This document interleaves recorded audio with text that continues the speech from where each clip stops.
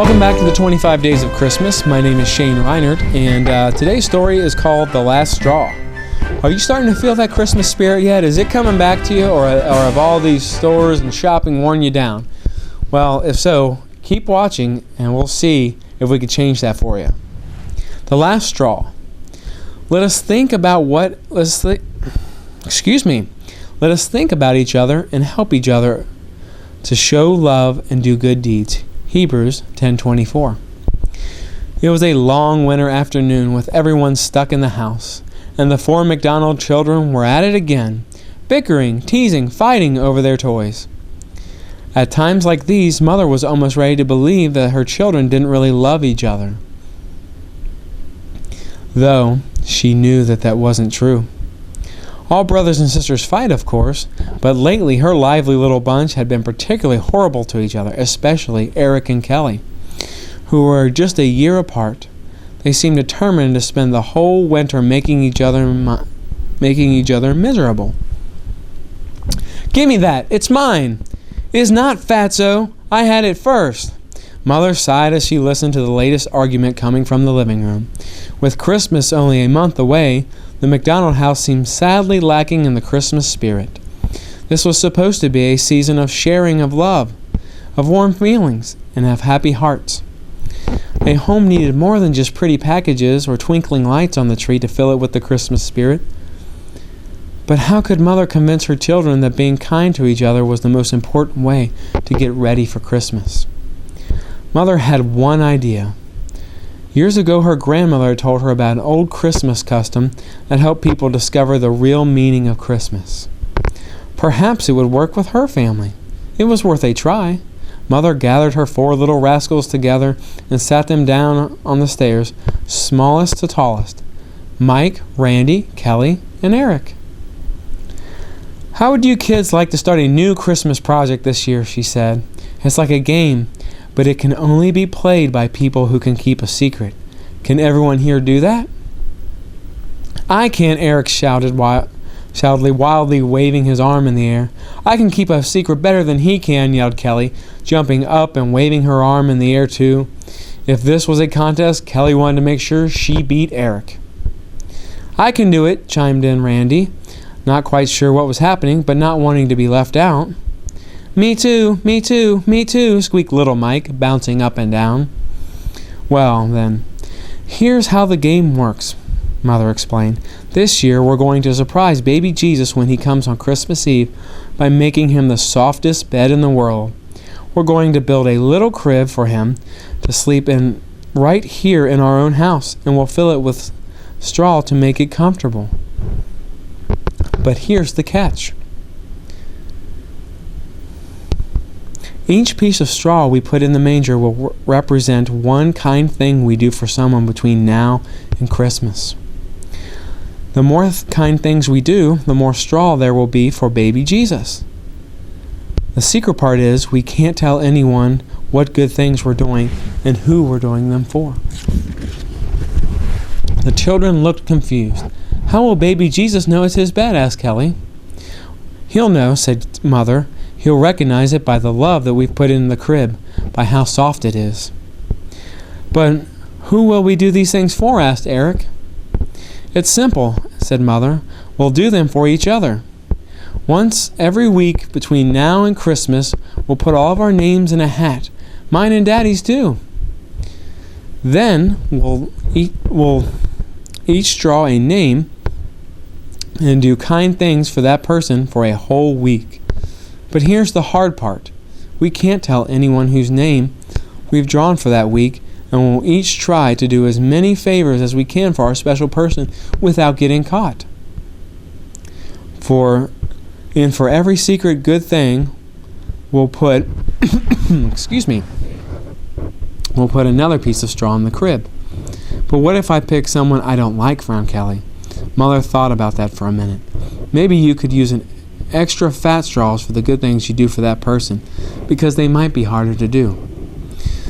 But just think about how much faster the fat straws will fill up our crib. Then on Christmas Eve, we'll put baby Jesus in his little bed, and we'll sleep that night on a mattress of love. I think he'd like that, don't you?" "Now who will build the little crib for us?" she asked. Since Eric was the oldest and the only one of the children allowed to use the tools, he marched off to the basement to give it a try. For the next couple hours, loud banging and sawing noises came from the basement. Then, for a long time, there was no noises at all. Finally, Eric climbed back up the stairs with the manger in his arms. "Here it is," he grinned. "The best crib in the world, and I did it all by myself." For once, everyone agreed. The little manger was the best crib in the world. One leg was an inch too short, of course, and the crib rocked a bit, but it had been built with love and about 100 bent nails. It would certainly last a long time. "Now we need some straw," said Mother, and together they headed out to the car to go searching for some of the nearby fields. Surprisingly, no one fought over who was going to sit in the front seat that day, as they drove around the countryside looking for an empty field. At last they spied a small vacant patch of land that had been covered with tall grass in the summer. Now, in mid-December, the grass had dried down to yellow stalks that looked just like real straw. Mother stopped the car and the kids scrambled out to pick out handfuls of the tall grass. "That's enough," Mother finally laughed. Excuse me. When she saw that the cardboard box in the trunk was almost overflowing. "Remember, it's only a small crib." So home they went, where they spread the straw carefully on a tray Mother had put on the kitchen table. The empty manger was placed gently on top with the straw, and the straw hid its one short leg. "When can we pick names?" shouted the children. As soon as Daddy comes home for dinner," Mother answered. At the supper table that night, the 6 names were written on separate pieces of paper, folded up and shuffled around in an old baseball hat. Then the drawing began. Kelly picked first and immediately started to giggle. Randy reached into the hat next. Daddy glanced at his scrap of paper and smiled quietly behind his hand. Mother picked out a name, but her face never gave away a clue. Next, little Mike reached into the hat, but since he couldn't read yet, Daddy had to whisper into his ear and tell him which name he had picked. Eric was the last to choose, and he unfolded his piece of paper. A frown crossed his face, but he stuffed the name into his pocket and said nothing. The family was ready to begin. The week that followed was filled with surprises. It seemed the McDonald house had been invaded by an army of invisible elves, and good things were happening everywhere. Kelly would walk into her room at bedtime and find her blue nightgown neatly laid out and her bed turned down. Someone cleaned up the sawdust under the workbench without being asked.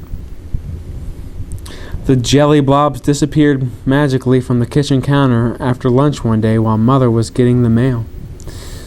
And every morning, while Eric was brushing his teeth, someone quietly crept into his room and made his bed.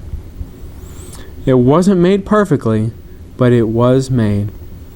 "Where are my shoes?" asked Daddy one morning. No one seemed to know, but before he left for work, they were back in the closet, all shined up. Mother noticed other changes during that week, too. The children weren't teasing or fighting as much. An argument would start and then suddenly stop for no apparent reason. Even Eric and Kelly seemed to be getting along better.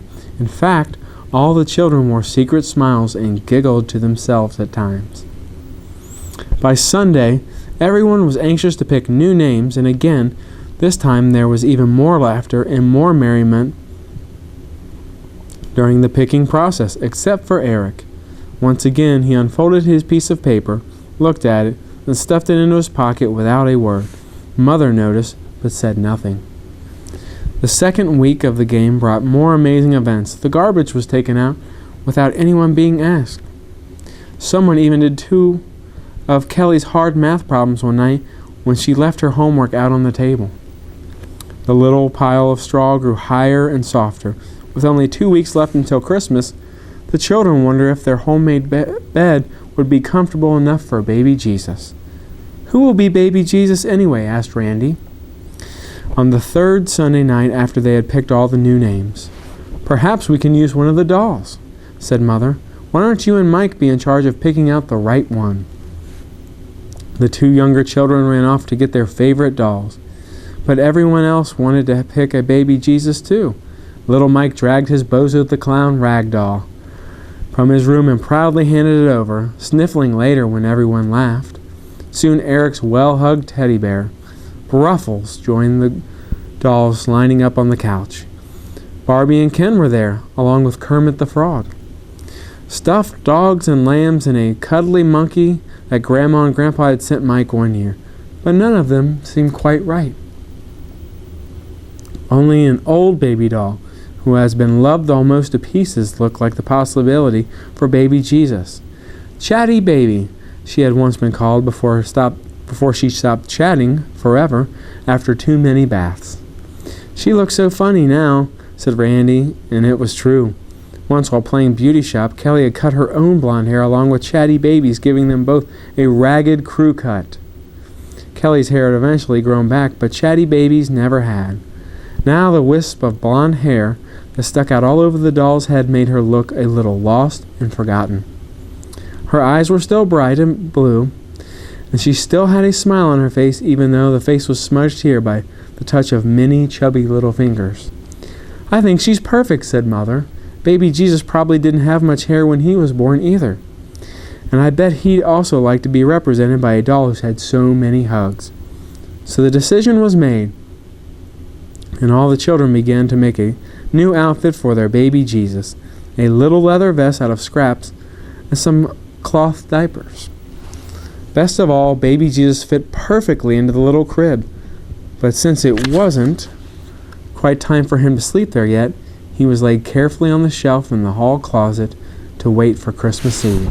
Meanwhile, the pile of straw grew and grew. Every day brought new and different surprises as the secret elves stepped up their activity. The McDonald home was finally filled with the Christmas spirit. Only Eric had been unusually quiet since the third week of name-picking. The final Sunday night of name-picking was also the night before Christmas Eve. As the family sat around the table waiting for the last set of names to be put in the hat, Mother said, "You've all done a wonderful job. There must be hundreds of straws in our crib, maybe 1,000. You should be so pleased with the bed you've made, but remember, there's still one whole day left. We all have time to do a little more and make the bed even softer before tomorrow night. Let's try." The last time the hat was passed around the table, little Mike picked out a name, and Daddy whispered it to him, just as he had done every week. Randy unfolded hers carefully under the table, peeked at it, then hunched up her little shoulders, smiling. Kelly reached into the hat and giggled happily when she saw the name. Mother and Daddy each took turns too, and then handed the hat with the last name to Eric. But as he unfolded the small scrap of paper and read it, his face pinched up, and he suddenly seemed ready to cry. Without a word, he ran from the room. Everyone immediately jumped up from the table, but Mother stopped them all. "No, stay where you are," she said. "Let me talk to him alone first." Just as she reached the top of the stairs, Eric's door banged open. He was trying to pull his coat on with one hand while he carried a small suitcase with the other hand. "I have to leave," he said quietly through his tears. "If I don't, I'll spoil Christmas for everyone."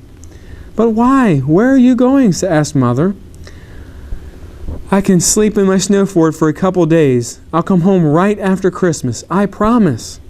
Mother started to say something about freezing and snow and no mittens or boots, but Daddy, who was now standing behind her, put his hand on her arm and shook his head. The front door closed, and together they watched from the window as a little figure with the sadly slumped shoulders and no hat trudged across the street and sat down on a snowbank near the corner.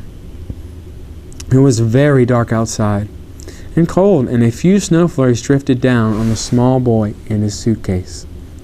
"But he'll freeze," said Mother. "Give him a few minutes alone," said Dad quietly. "Then you can talk to him." The huddled figure was already dusted with white when Mother walked across the street 10 minutes later and sat down beside him on the snowbank. "What is it, Eric? You've been so good these last few weeks. But I know something's been bothering you since we first started the crib. Can you tell me, honey?" "Oh, Mom, don't you see?" he sniffed. "I tried so hard, but I can't do it anymore. And now I'm going to wreck Christmas for everyone." With that, he burst into sobs and threw himself into his mother's arms. "But I don't understand," Mother said, brushing the tears from his face. "What can't you do? And how could you possibly spoil Christmas for us?" "Mom," the little boy said through his tears, "you just don't understand. I got Kelly's name all 4 weeks. And I hate Kelly. I can't do one more nice thing for her or I'll die. I tried, Mom, I really did. I sneaked into her room every night and I fixed her bed. I even laid out her crummy nightgown. I emptied her wastebasket. I did some homework for her one night when she was going to the bathroom. Mom, I even let her use my race car one day, but she smashed it right into the wall, just like always. I tried to be nice to her, Mom, even when she called me a stupid dummy because the crib leg was short. I didn't hit her, and every week when we picked new names, I thought it would be over, but tonight when I got her name again, I knew I couldn't do one more nice thing for her, Mom. I just can't. And tomorrow's Christmas Eve. I'll spoil Christmas for everybody. Just when we're ready to put baby Jesus in the crib, don't you see why I had to leave?" They sat together quietly for a few minutes, Mother's arm around the small boy's shoulders. An occasional sniffle, hiccup, broke the silence on the snowbank. Finally, Mother began to speak softly. "Eric, I am proud of you. Every good thing should count as double because it was especially hard for you to do nice things for Kelly for so long. But you did all those good things anyway, one straw at a time. You gave your love when it wasn't easy to give. Maybe that's what the spirit of Christmas is really about. If it's too easy to give, maybe you're not giving much of yours. If it's too easy to give, maybe we're not really giving much of ourselves at all. The straws you added were probably the most important ones, and you should be proud of yourself. Now, how would you like a chance to earn a few easy straws just like the rest of us? I still haven't the name I picked tonight, and I haven't looked at it yet. Why don't we just switch just for the last day? It will be our secret." "It's not cheating?" "It's not cheating," smiled Mother. Together they dried the tears, brushed off the snow, and walked back into the house. The next day the whole family was busy cooking and straightening up the house for Christmas Day, wrapping last-minute presents, and trying hard not to burst with the excitement. But even with all the activity and eagerness, a flurry of new straws piled in the crib, and by nightfall it was overflowing. At different times while passing by, each member of the family, big and small, would pause and look at the wonderful pile for a moment, then smile before going on. It was almost enough time for the tiny crib to be used. But was it soft enough? One straw might still make a difference. For that very reason, just before bedtime, Mother tiptoed quietly to Kelly's room to lay out her little blue nightgown and to turn down the bed. But she stopped in the doorway surprised. Someone had already been there. The nightgown was laid neatly across the bed, and a small red race car rested next to it on the pillow. The last straw was Eric's after all. Paula McDonald. Keep coming back. We've got more great stories coming up on the 25 Days of Christmas.